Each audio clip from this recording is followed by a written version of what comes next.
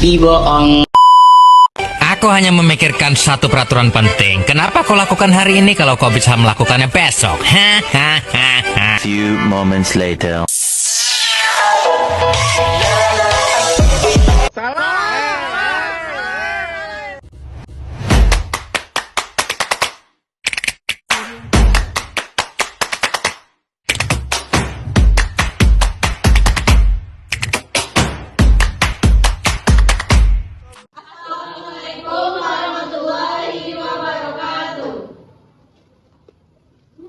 Perkenalkan, kami dari kelompok 2 akan menyampaikan hasil diskusi kami dengan judulnya Isu Legal dan Etik TI dalam Layanan BK.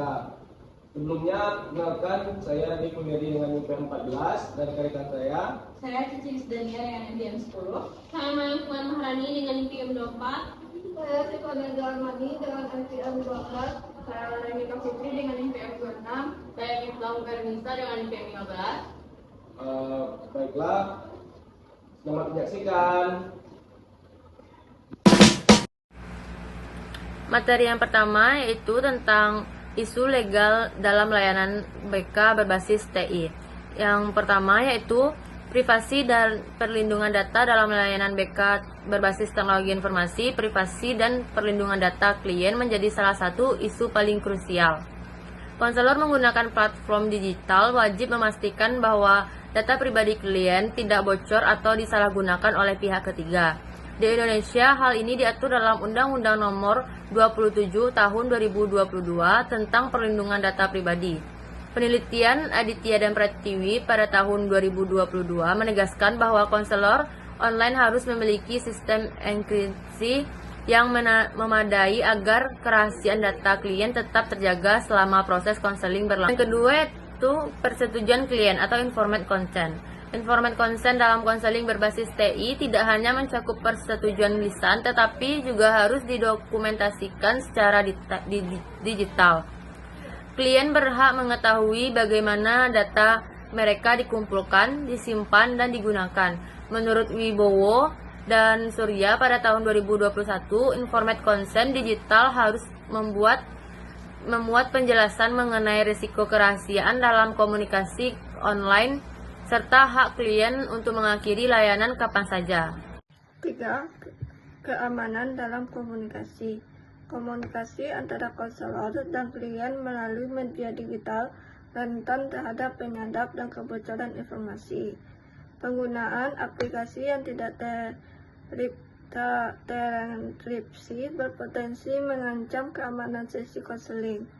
Hasil kajian Nugroho 2021 menunjukkan bahwa konselor perlu memilih platform komunikasi yang memiliki fitur end-to-end encryption dan memiliki kebijakan privasi yang jelas. Materi selanjutnya yaitu hak cipta dan kepemilikan data. Data hasil konseling, rekaman sesi, dan dokumen klien merupakan aset yang memiliki dimensi hukum tersendiri. Konselor tidak berhak mempublikasikan atau menggunakan data klien untuk kepentingan apapun tanpa izin tertulis dari klien. Menurut Lestari dan Handayani 2021 menyebutkan bahwa kepemilikan data dalam layanan BK digital harus diatur secara eksplisit dan dalam kontrak layanan agar tidak terjadi sengketa di kemudian hari. Yaitu yang B, isu etik dalam layanan BK berbasis TI. Yang pertama ada kerahasiaan. Kerahasiaan merupakan fondasi utama dalam hubungan konseling. Dalam konteks digital, menjaga kerahasiaan menjadi lebih menantang adanya risiko perentasan dan kebocoran data. Menurut Santoso dan Megawati 2020, konselor yang menggunakan media digital wajib memahami batasan kerahasiaan dan menginformasikan kepada klien kondisi-kondisi yang mengharuskan kerahasiaan dilanggar seperti kondisi darurat atau ancaman terhadap keselamatan jiwa.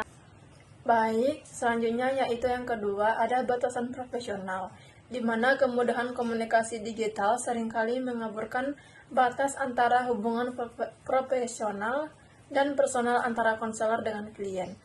Konselor harus menetapkan batasan yang jelas terkait waktu respon, media komunikasi yang digunakan, serta topik yang boleh dibahas.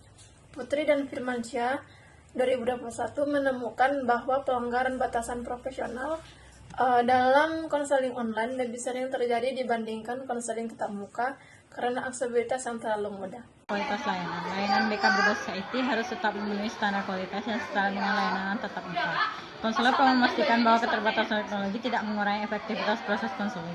Rahayu dan Kurniama pada tahun 2022 mengungkapkan bahwa kualitas layanan BK online dipengaruhi oleh kompetensi konselor dalam memanfaatkan teknologi, kestabilitasan jaringan, serta kemampuan konselor membaca ekspresi verbal melalui media video. Baiklah, untuk materi selanjutnya yaitu 4 kompetensi dalam penggunaan TI. Konselor yang memberikan layanan berbasis teknologi wajib memiliki kompetensi yang memadai dalam penggunaan perangkat digital. Kompetensi ini tidak hanya mencakup kemampuan teknis tetapi juga pemahaman terhadap era digital dan regulasi yang berlaku. Menurut Mulyadi dan Setiawan, kurangnya literasi digital pada konselor dapat berdampak pada rendahnya kualitas layanan dan meningkatkan risiko pelanggaran etik secara tidak sengaja. Baiklah, mungkin hanya itu hasil diskusi dari kami. Terima kasih sudah menyaksikan. See you next time. Labana al